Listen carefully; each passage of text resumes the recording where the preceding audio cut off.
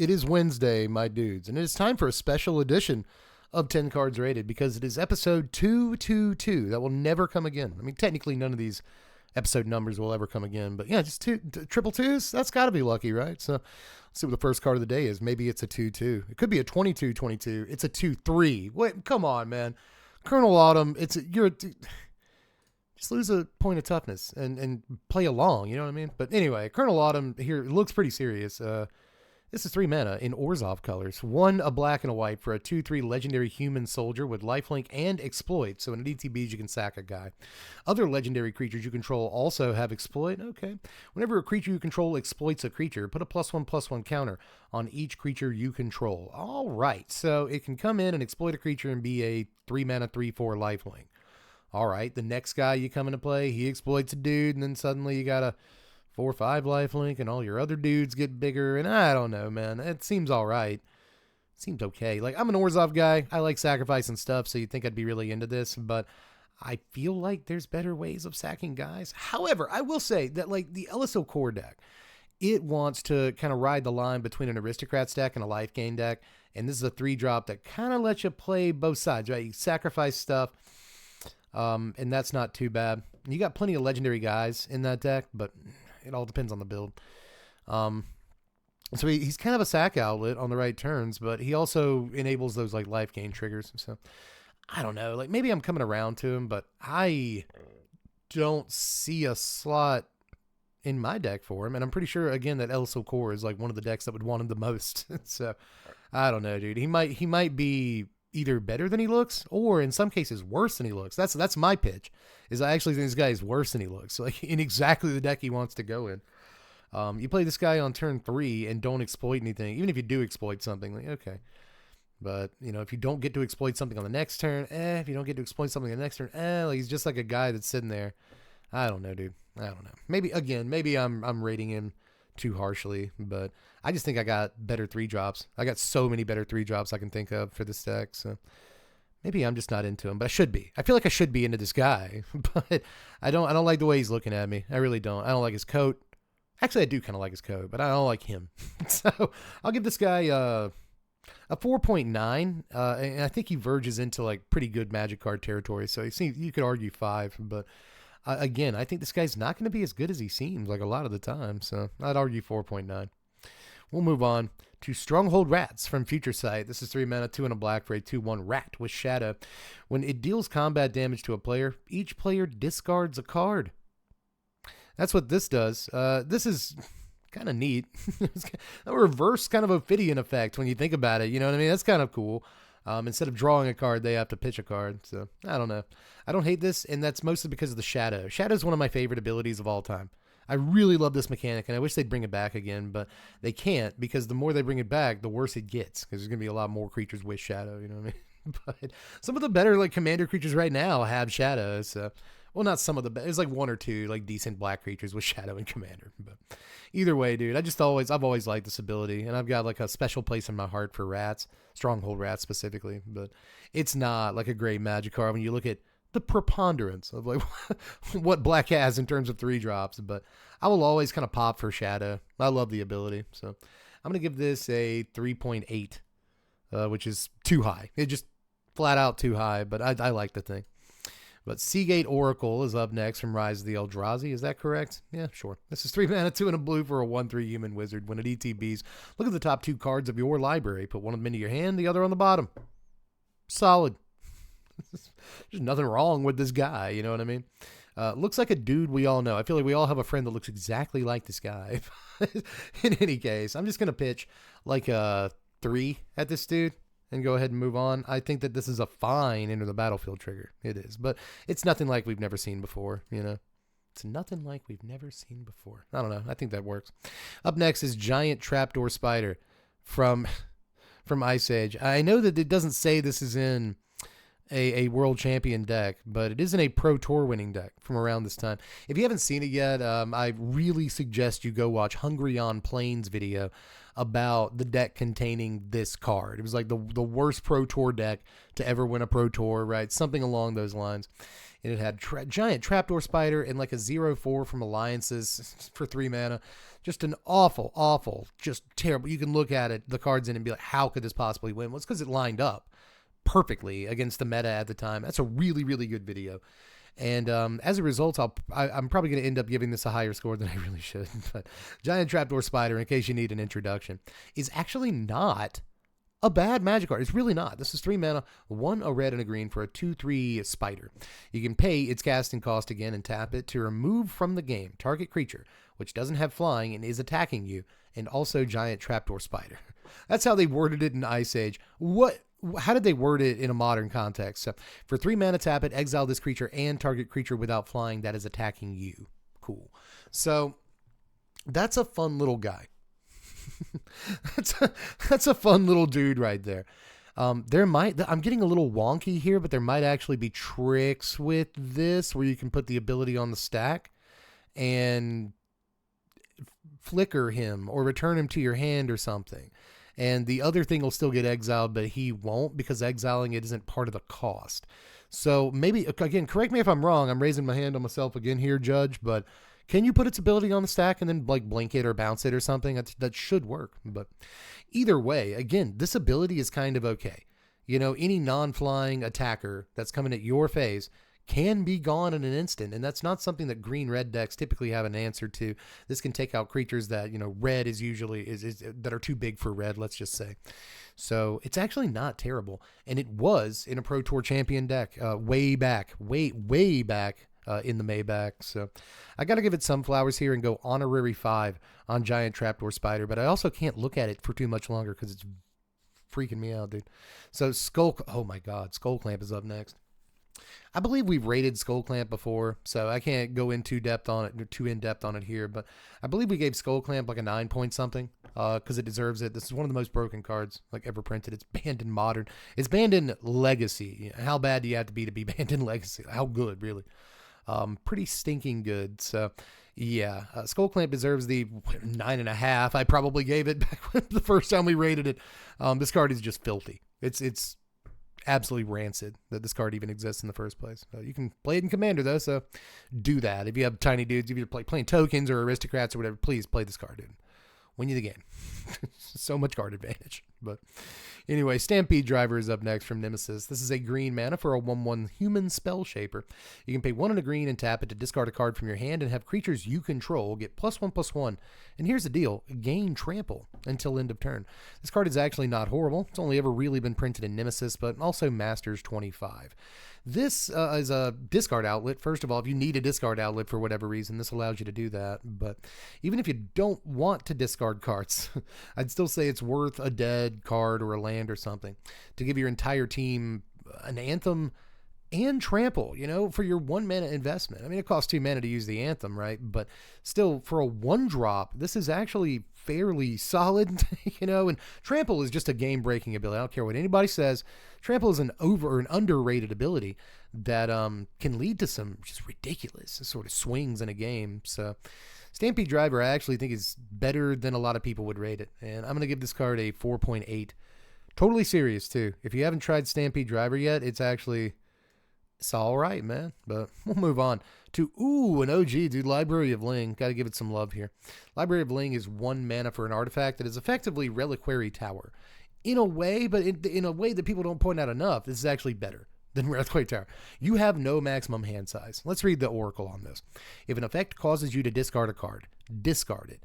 But you may put it on top of your library instead of into your graveyard. Okay, so this again is better than Tower because Tower doesn't do that, and people often forget that Leng does this.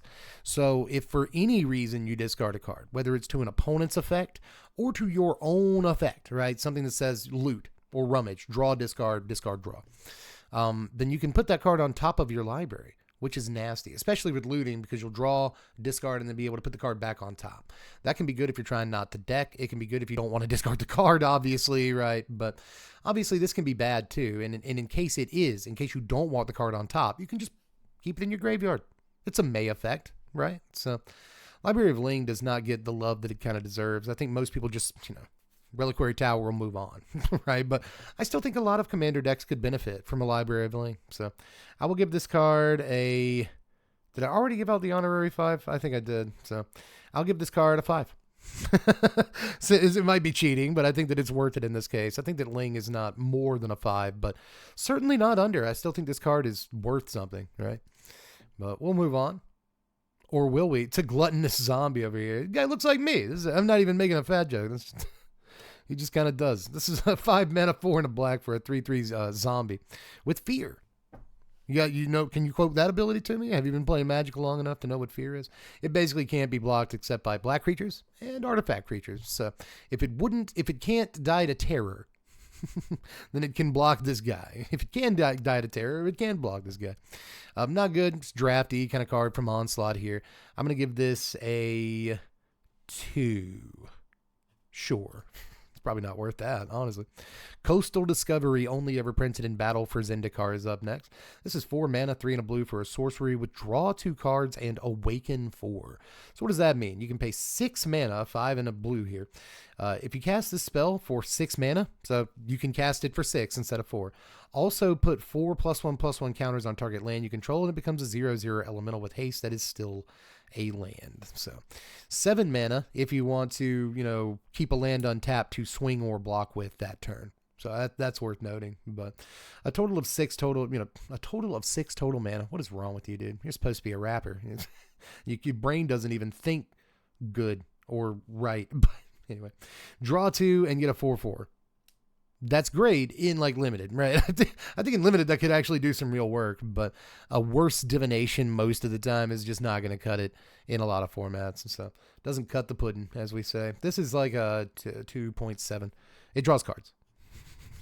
What more do you want? A lot more, actually. Stonehewer Giant from Morningtide is up next. I love Lorwyn sets. 5 mana, 3 and 2 white for a 4/4 giant warrior with vigilance. You can pay 1 and a white and tap it to search your library for an equipment and put it into play. Wow. Attach it to a creature you control. Shuffle your library. Good lord, dude. I played back then, but Stonehewer Giant was not a standard playable card, so I didn't really take much note of it at the time. But through a commander lens, good grief, holy frijoles. That's a good Magic card, man. Knock me right out of my zapatas here. This is a sick little card for equipment decks, brother or sister, or non-binary ally. That's totally fun. This is $5 at its absolute lowest. It's $5, and there's a reason for that, man. Are you playing equipments? Playing Stonehewer Giant. This card's good, dude. I have to rate it within the context of equipment decks only, right?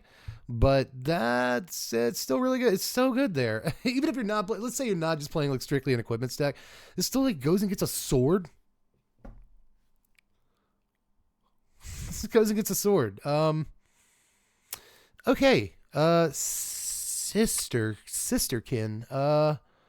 This is, God, get down your fiddle and get down your bow. Take off your shoes and you throw them on the floor. Dance in the kitchen till the morning light, Louisiana Saturday night. Stonehewer Giant is a good card, dude. This is what am I doing? I just had a stroke. This is like a 6.1. This is a 6.1. And the only reason I'm saying that, mind you, is that this only works, it truly works in equipment's deck. If you are packing swords or whatever, I don't know what kind of party you're going to, then you probably won't play this. It's probably not worth the slot, but in equipment's decks, corn dogs. This is a good, corn dogs and pork chops, This is meat is all I'm saying. But move on to the final card of the day, I think. It's Mulldrifter over here, man. We've already done Mulldrifter. It's a fish that flies. Iconic lady right here. But we must, of course, sashay away from Mulldrifter because we've done it before. I think we gave it the honorary 5. It's not what it used to be, but kiss my bass. That is a good fish. That is I'll do another joke just for the halibut. That is a fantastic card. That is one slamming salmon, but we'll move on to Sorin Imperious Broodlord. This is banned in Pioneer and Explorer because it's very good. 3 mana, 2 and a black for a 4 loyalty Sorin Planeswalker. For a +1, target creature you control gains Death Touch and Lifelink till end of turn. If it's Vampire, it also gets +1/+1 counter. Why not? For another +1, you may sack a Vampire. When you do, Imperious Bloodlord deals 3 damage to any target, and you gain 3 life. For a -3 here, here's the thing that gets got it banned. You may put a Vampire creature card from your hand onto the battlefield. That's broken. That's too good because there's 6 and 7 drop vampires, right? So, you know, green players over here, dying, just murdering themselves to ramp, you know, 1 or 2 mana on turn 3. You know, like, oh, we'll play a Birds of Paradise on turn 1. I'm gonna play like Cultivate on turn 2 or something, and then I guess I got some mana. I got like 5 mana on turn 3. It seems good. Like black players over here can just like drop, like mono black vampires players can just they can drop this on turn 3 and just, well, I guess I'll ramp into a 6 drop. Oh, you have to wait till next turn to do that? That's okay. It's even if you do, that's pretty good. No, actually, I can just do it this turn. Here's a Vein Ripper. Oh, I'm dead. Yeah, you are, aren't you? So, again, that'll get you banned in some formats. This is actually modern playable in some cases. And it's also just, if you are playing like vampires and Commander, it's dumb. It's very dumb. But, you know, since this card's gotten banned, it has, I believe, taken a price to, it's still like over $10 for most versions of it. There's an Innistrad Remastered version. Dude, the retro version is less than $5. Let's go. Buy Retro Sorin. That's a card. That's a card for the buy list. But, brother, I will pay $4.33. Are you out of your mind? For a Sorin Imperious Bloodlord? Like, just to be clear here, the first 2 abilities are also, like, very good. They're good abilities, too, man. This is a fantastic 3-mana Planeswalker. I'm going to have to give this, like, an 8. Can I leave it at that? Can I just say 8-ish, you know? Like, actually, let's give it the exact same score I would give Castlevania Symphony of the Night. I will give this an 8.36. An 8.36 for both Castlevania Symphony of the Night on the original PlayStation, one of the better games I've ever played, and also Sorin Imperious Bloodlord. But I have to say that since Symphony of the Night has come out, I've played better Metroidvanias. Right? Like I played, you know, we got a Hollow Knight now. You know what I'm saying? So, like, there are better Metroidvanias than Symphony. I dare to say. I know people are gonna be like, ooh, but no, come on, man. Like, come on. It's like let's just take a step back. And there's been 30 years of innovation since then. We've had some really good Metroidvanias. I can't really say the same thing about Sorin, though. There has not been a better vampire planeswalker since this came out, and I can't imagine there ever will be. But move on to the actual, I guess, maybe this is the final card of the day. I think we're getting there. It's Rites of Flourishing, a fine Magic card. 3 mana, 2 and a green for an enchantment. At the beginning of each player's draw step, that player draws an additional card. Each player may play an additional land on each of his or her turns. I meant to say her. I hope that wasn't like weird sounding. I promise that wasn't Freudian. I was just doing the chord drawer thing, right? And so my throat still wanted to go or. So yeah, of his or her turns. So this is symmetrical. And that's not good. But it also works for you, which is good. Kind of a real 5 here, I'd say. This is obviously like a pretty powerful effect.